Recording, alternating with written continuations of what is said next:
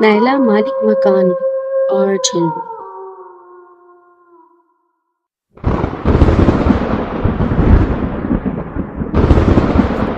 بارش خاصی تیز ہو رہی تھی جب غفار چاچا نے نائلہ کی امی کا سارا سامان صحن میں لا پھینکا تھا۔ شام ہونے کی تھی اور غفار چاچا مسلسل یہی کہہ رہے تھے، 6 ماہ ہو گئے تم سے مکان کا کہتے کہتے، لیکن تمہارے کانوں پر جوں تک نہیں رینگتی۔ تمہارا سامان آج مجھے مجبوراً پھینکنا پڑ رہا ہے۔ 1 گھنٹے کے اندر اندر اس مکان کو خالی کر دو، ورنہ مجھ سے برا کوئی نہ ہوگا۔ یہ تھے غفار چاچا، جو کہ نائلہ کے والد صاحب کے گزر جانے کے بعد اس مکان کے کاغذات پر تو قابض تھے ہی، اب مکان پر بھی قبضہ کر چکے تھے۔ نائلہ اپنی ماں کی اکلوتی بیٹی تھی، لہٰذا ان کا کوئی بیٹا بھی نہ تھا۔ گزر بسر میں خاصی پریشانی اور دشواریاں پیش آ رہی تھیں۔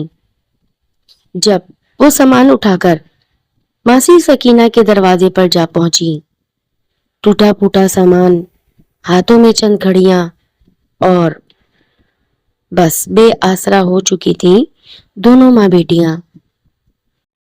دروازہ مسلسل بجائے جا رہی تھیں جب اندر سے بیچاری ماسی سکینہ، جن کو ویسے ہی کم نظر آتا تھا، اتنی تیز طوفانی بارش میں شام کے اس پہر کون آ گیا ہے جس نے اس بوڑھی مائی کو ستایا ہے؟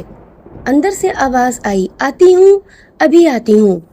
ماسی سکینہ آہستہ سے ٹوٹی چرپائی سے کھڑی ہونے کی کوشش کر رہی تھیں۔ صحن میں پانی خاصا بھر چکا تھا۔ آہستہ آہستہ سنبھلتے دیوار کی مدد سے وہ دروازے تک آن پہنچی تھیں۔ یہ ماسی سکینہ تھیں جو صرف اپنے ایک اکلوتے بیٹے کے ساتھ رہتی تھیں، اور وہ بھی کہیں دور دراز شہر میں کمانے گیا ہوا تھا۔ اپنا گزر بسر وہ بھی نہ جانے کیسے کر رہی تھیں۔ کہتے ہیں نا کہ ایک غریب دوسرے غریب کے کام ہی آ جاتا ہے۔ ماں بیٹیاں بارش کے پانی سے بھیگ بھیگ کر گیلی ہو چکی تھیں۔ اب تو دانت سے دانت بچ رہے تھے۔ جب مائی سکینہ نے ان کو دیکھا اور ایک دم سے اپنا کلیجہ تھام لیا، ارے تم دونوں ماں بیٹیاں، ہاتھوں میں یہ سامان، سب خیر تو ہے؟ اندر آؤ، اندر آؤ، اور دیکھو دھیان سے آنا، پورے صحن میں پانی بھر چکا ہے۔ دونوں ماں بیٹیاں آہستہ آہستہ لاچارگی کے ساتھ اب دروازے کے اندر داخل ہو گئی تھیں۔ نائلہ نے مڑ کر دروازہ بند کیا، کنڈی لگائی اور آہستہ آہستہ قدموں سے، پانی کا ٹخنوں سے اوپر تھا، اب کمرے تک جانا تھا۔ کمرہ خاصا اونچا تھا، صحن نیچا تھا، مکان خاصا پرانا بنا ہوا تھا۔ یہ ایک کمرے اور چھوٹے سے صحن پر مشتمل چھوٹا سا ایک مکان تھا۔ دونوں ماں بیٹیاں اسی ایک چرپائی پر بیٹھ گئی تھیں اور سکینہ پاس ہی پڑے چھوٹے سے صندوقچے کے اوپر بیٹھ گئی تھیں۔ اب بتاؤ کیا بات ہے؟ تب نائلہ نے تمام بات بتائی۔ ماسی سکینہ ہائے ہائے کرنے لگیں، اتنا ظالم دیور تیرے شوہر کے گزرنے کا انتظار کر رہا تھا، کیا کرے گا؟ کیا وہ نہیں جانتا تیرا کوئی بیٹا بھی نہیں، تو بے آسرا ہے، اب کیا بنے گا؟ خیر پریشان نہ ہو، جتنا دن چاہو میرے مکان میں رہ لو، اور میں تمہارے لیے کوئی نئے مکان کا بندوبست جب تک کر دوں گی۔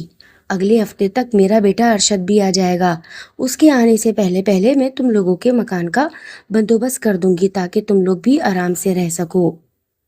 نائلہ کی ماں، جو علاقے کی بہت بڑی درزن تھی، اس کے پاس اس پوٹلے میں کپڑے ہی کپڑے بھرے تھے جو کہ بھیگ کے تربتر ہو چکے تھے۔ ایک نئی مصیبت اس کے لیے اب آن کھڑی ہوئی تھی۔ بارش 1-2 دن بعد تھم گئی تھی جب آہستہ آہستہ لوگوں کو پتہ چلا کہ نائلہ کی ماں ماسی سکینہ کے گھر میں رہ رہی ہے۔ ماسی سکینہ کے گھر میں ہر کوئی چلا آتا اور اظہار ہمدردی کرتا۔ کپڑوں کی بات تو بہت دور تک جا چکی تھی، ان کی کسی کو کوئی فکر ہی نہ تھی، ان دونوں بیچاریوں کے ساتھ ہوا ہی اتنا برا تھا۔ ماسی سکینہ کا گھر خاصا چھوٹا تھا، لہٰذا چند دن ہی لگے تھے جب انہوں نے آگے میدان کے ساتھ ایک مکان دیکھا تھا۔ اس مکان میں صرف ایک آدمی ہی رہتا تھا اور اوپر والا مکان خالی پڑا تھا۔ مالک مکان نے یہ شرط رکھی تھی، میرے گھر میں جو بھی رہے گا وہ مجھے کھانا بھی دے گا۔ اور اس کا کرایہ آدھا ہوگا۔ اگر وہ کرایہ پورا دینا چاہتا ہے تو پھر اس کی مرضی ہے، میں اس کے گھر سے کھانا نہیں لوں گا۔ کھانے کی شرط بڑی عجیب تھی، لیکن وہ اکیلا تھا، اس کے بیوی بچے تو تھے نہیں۔ عمر اس کی 50 سے 55 سال تھی۔ مکان ہی کرایہ جو آتا اسی سے ہی اس کا ذریعہ معاش بن جاتا تھا، لیکن جب اس نے سنا کہ گھر میں 2 خواتینیں آ کر رہیں گی تو اس کی بھی رال ٹپک گئی اور اس نے کھانے کی بلی ان دونوں کے سر دے کر مار دی۔ پہلے تو نائلہ نے خاصا اعتراض کرا کہ امی یہ چیز صحیح نہیں ہے، ہم اپنی مرضی سے جو کچھ پکائیں، ہم اسے کیوں دیں گے، ہم اسے کرایہ ہی دیں گے۔ نائلہ کی ماں نے اسے سمجھایا، ابھی ایڈوانس اور کرایہ دونوں ہی نہیں ہیں، میں ذرا سلائی کر کر کے اتنے تو کر لوں کہ اسے ماہانہ رقم دے دیا کروں، تب میں خود اسے کھانے کا منع کر دوں گی، لیکن ابھی یہ پریشانی کا وقت ہے، وہ ہم سے ایڈوانس بھی نہیں لے رہا ہے، یہ بہت بڑی بات ہوتی ہے۔ خیر، دونوں ماں بیٹیاں اب وہ میدان کراس کر کر اس مکان کے اندر چلی گئی تھیں۔ مالک مکان بڑی بے حجابی کے ساتھ ان کے سامنے آ دھمکا، دیکھو محترمہ، یہ 3 کمرے ہیں، یہ جو پیچھے والا کمرہ ہے اس میں تالا لگا ہوا ہے، یہاں جانے کی کسی کو ضرورت نہیں ہے، اور اگر کوئی ضرورت پیش آ بھی جائے تو چابی میرے پاس ہے، تالا توڑنے کی ضرورت نہیں ہے، اپنا سامان یہیں رکھو، اور ہاں، شام کو کھانا ذرا جلدی بنا لینا، میں 7 بجے کھانا کھا لیتا ہوں، 9 بجے تک میں سو جاتا ہوں۔ دونوں ماں بیٹیاں ایک دوسرے کی شکل دیکھ رہی تھی اور جبکہ نائلہ جھنجھناہٹ کا شکار ہو رہی تھی۔ ابھی تو بھائی ہم راشن کچھ بھی نہیں لے کر آئے ہیں، ہم کھانا کیسے بنائیں گے، ہمارے پاس تو چولہا تک نہیں ہے۔ ارے یہ تو میں بھول ہی گیا، میں ایسا کرتا ہوں اپنا چولہا اوپر لگا دیتا ہوں اور میرے پاس تھوڑا بہت راشن پڑا ہے جس میں دال چاول ہے، وہ ہی بنا لو، تم لوگ بھی کھا لینا اور میرا بھی پیٹ بھر جائے گا۔ 10-15 منٹ کے اندر فوری کارروائی کری اور نائلہ اب چولہے پر بیٹھی کھانا تیار کر رہی تھی۔ موسم پھر ابر آلود ہونے لگا، شام کے سائے گہرے ہونے لگے۔ ماں ساتھ ہی پڑے چھوٹے سے کارپیٹ پر بیٹھی اپنا سر پکڑے اپنے ماضی کی خوشگوار زندگی کو یاد کر رہی تھی۔ کہتے ہیں نا کہ جب شوہر کا سایہ سر سے اٹھ جائے تو زندگی بڑی پیار و مددگار ہو جاتی ہے۔ پھر اس نے نائلہ کی طرف دیکھا اور بے بسی سے اپنے ہاتھ مسلنے لگی، کاش میرا بھی کوئی بیٹا ہوتا، کم از کم آج وہ ہمارے ساتھ ہوتا، اور اگر مجھے کچھ ہو جاتا تو وہ نائلہ کو کبھی بھی تنہا نہ چھوڑتا۔ ہر وقت نائلہ کی ماں کے سر پر گہرے سائے منڈلاتے رہتے، وہ ایک عجیب سے فوبیا کا شکار ہو گئی تھی کہ انہیں کبھی بھی کچھ بھی ہو جائے گا۔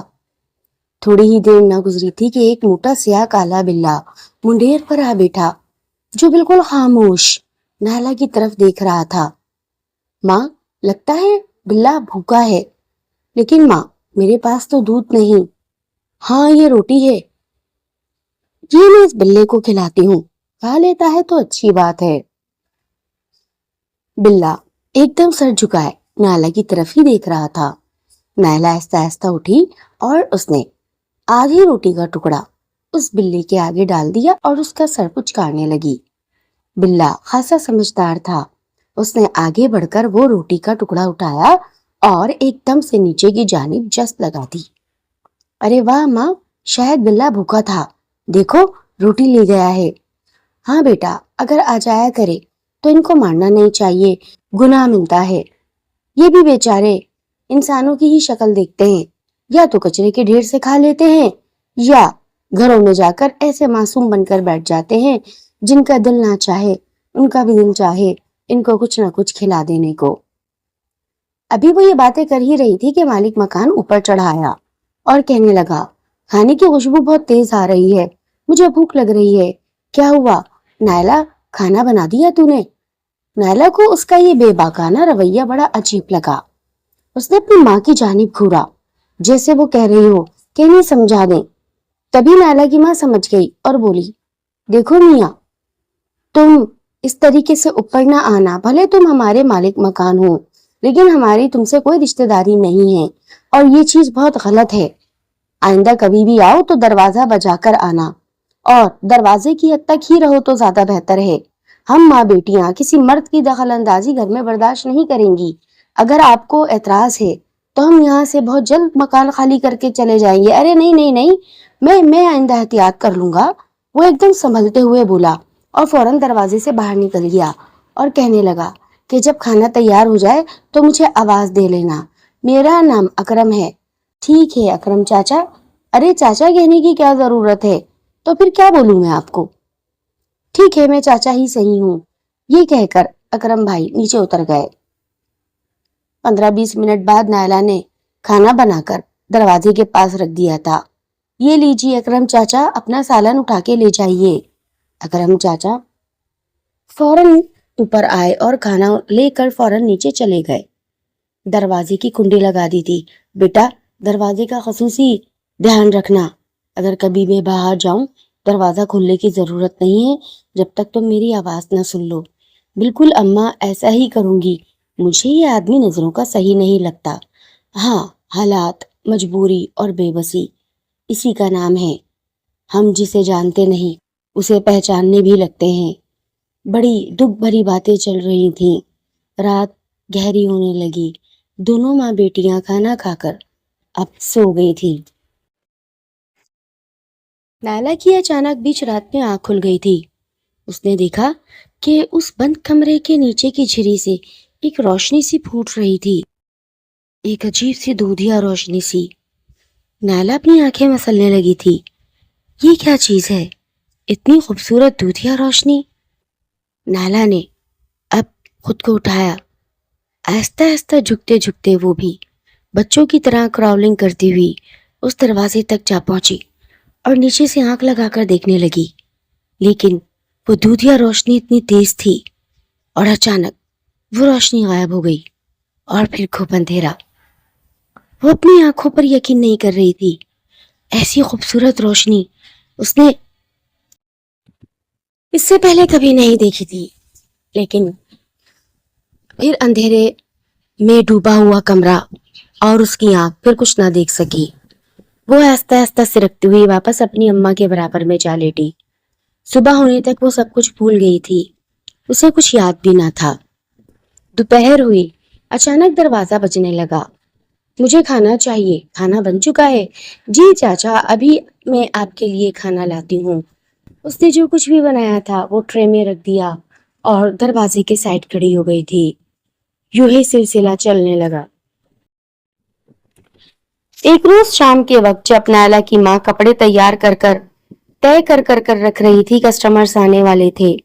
وہاں پر نائلہ کی ماں کا کام خاصا اچھا چل پڑا تھا. خاصی اچھی آمدنی ہو رہی تھی اور نائلہ بھی ایک اور سلائی مشین خرید کر اپنی ماں کا ہاتھ بٹاتی. اچھی گزر بسر ہونے لگی تھی اور اب انہوں نے مالک مکان کے کھانے کا چکر بھی چھڑا لیا تھا. پورا کرایہ دیتی. اچانک ایک روز نائلہ کی ماں کا دیور یعنی کہ نائلہ کا چاچا آدم کا, اور اس نے نائلہ کے سر پر ہاتھ رکھا اور اپنی بیوہ بھابھی سے بولا, میں سوچ رہا ہوں تم لوگ اس مکان میں واپس آ جاؤ. یہ سنتے ہی نائلہ نے سلائی مشین جو وہ چلا رہی تھی ہاتھ کی مدد سے ایک دم سے روکی. چہرہ خوشی کے مارے پھیل گیا اور یکدم اس کا دل چاہا کہ چاچا کو گلے لگا لے. لیکن اب چاچا نے جو اگلی بات کی, دیکھو نائلہ کی ماں, تم بھی بیوہ ہو اور وہ بھی میرے بھائی کی. اگر تم اس گھر میں آنا چاہتی ہو تو میری ایک شرط ہے, میں تمہیں وہاں آنے دوں گا.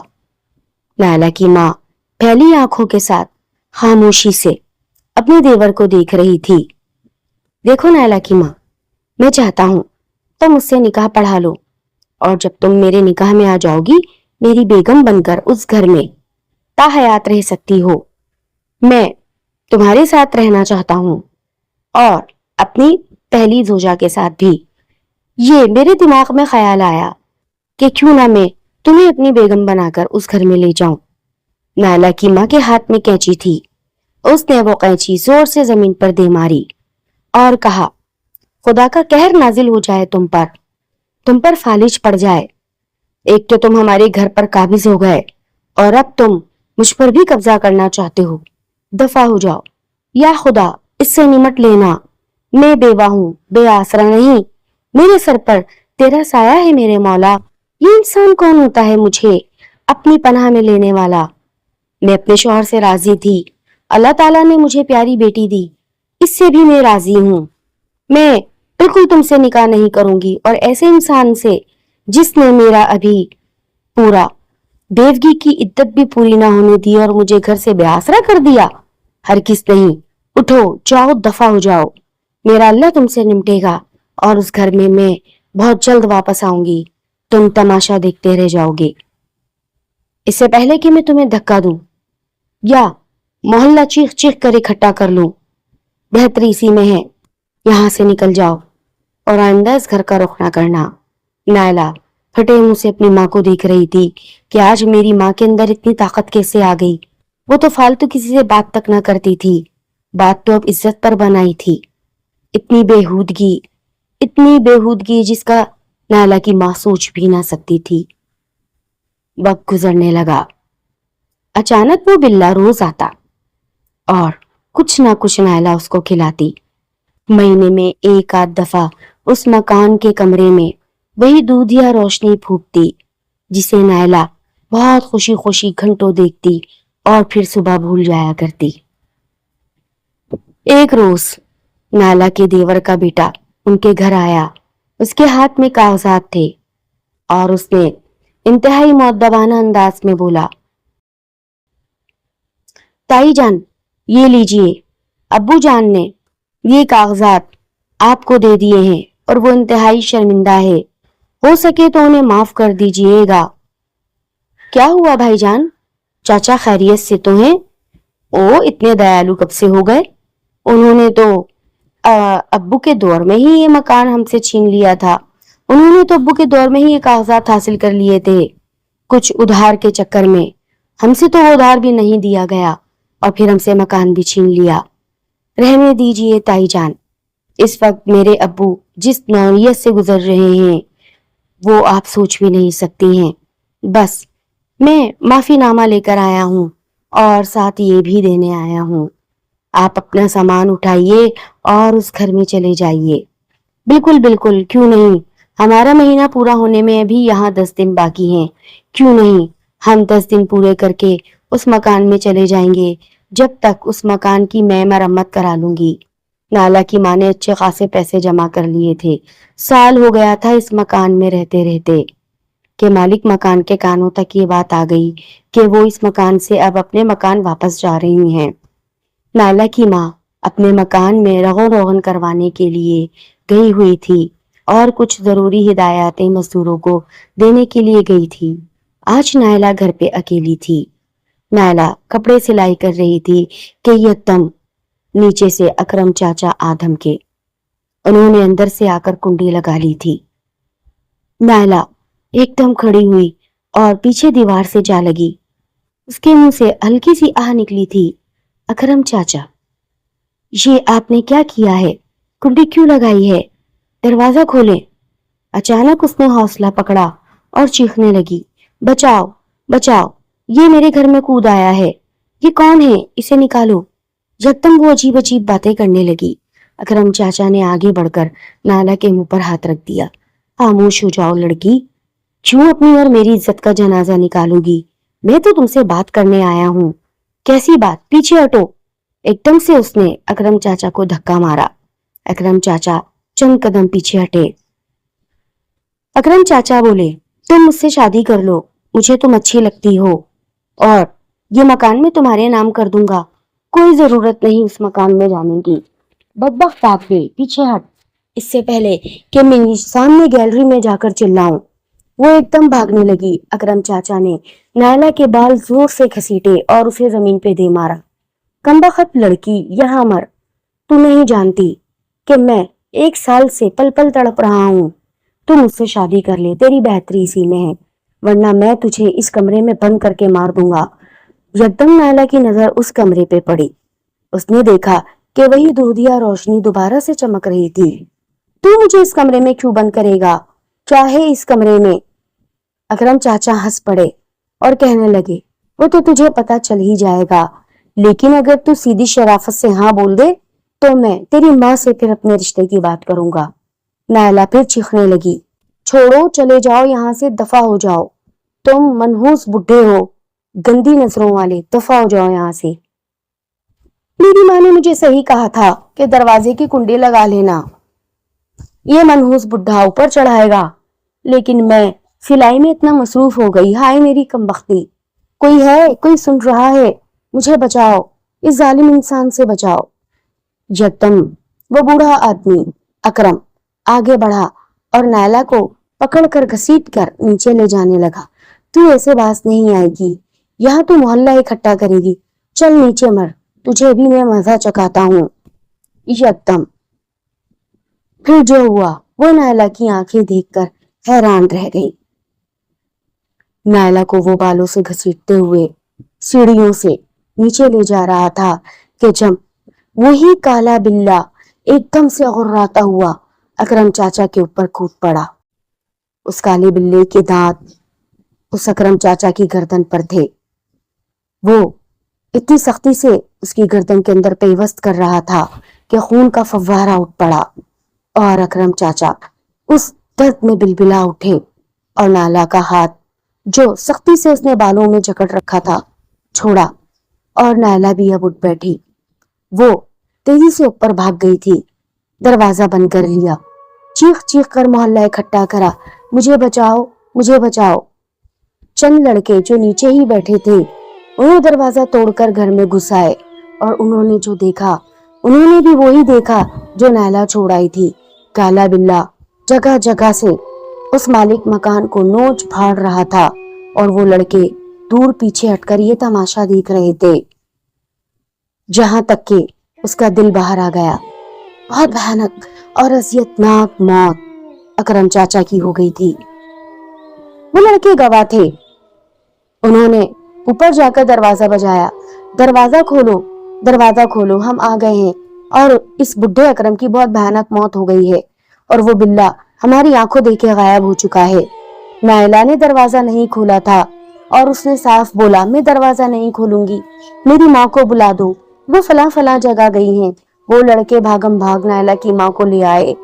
نائلہ کی ماں نے جب یہ خون بھرا لت پت گھر اور صحن دیکھا، سیڑھیاں دیکھی، اس نے کلیجہ پکڑ لیا، کہیں نائلہ کو تو کچھ نہیں ہو گیا۔ اکرم کی لاش کو نیچے گھسیٹ کر کمرے میں ڈال دیا گیا تھا اور پولیس تھوڑی ہی دیر میں آ گئی تھی۔ لڑکے عینی شاہد تھے اور پولیس والوں نے وہ رپورٹ درج کی، نائلہ اور اس کی ماں سے کچھ پوچھ گچھ کی۔ نائلہ کی ماں نے فوراً وہاں سے سامان اٹھا لیا انہی لڑکوں کی مدد سے، اور اب وہ گھر چھوڑ کر واپس اپنے گھر میں جا رہی تھیں۔ نائلہ بار بار مڑتی اور اس مکان کو دیکھتی اور اللہ کا شکر ادا کرتی، ایک معصوم سے جانور کے ساتھ کی گئی نیکی آج نائلہ کے کام آ گئی تھی۔ وہ بلہ دراصل کوئی نہیں، اسی مکان میں رہنے والا ایک جن تھا جو اس دروازے کے پیچھے قید تھا، لیکن وہ اپنا روپ دھار کر بلے کی صورت ان کے گھر میں ضرور آتا کیونکہ وہ جانتا تھا اس عیار اور مکار مالک مکان کا چہرہ۔ لسنرز، یہ ایک ایسی درد بھری سبق آموز کہانی ہے۔ مزید اچھی اور ہارر اسکیری سٹوری سننے کے لیے بھوت نگر کو سبسکرائب کر دیجئے، اور اگر آپ کو کوئی بھی بات کرنی ہے، کہنی ہے تو کمنٹ میں لازمی کہہ کر جائیے۔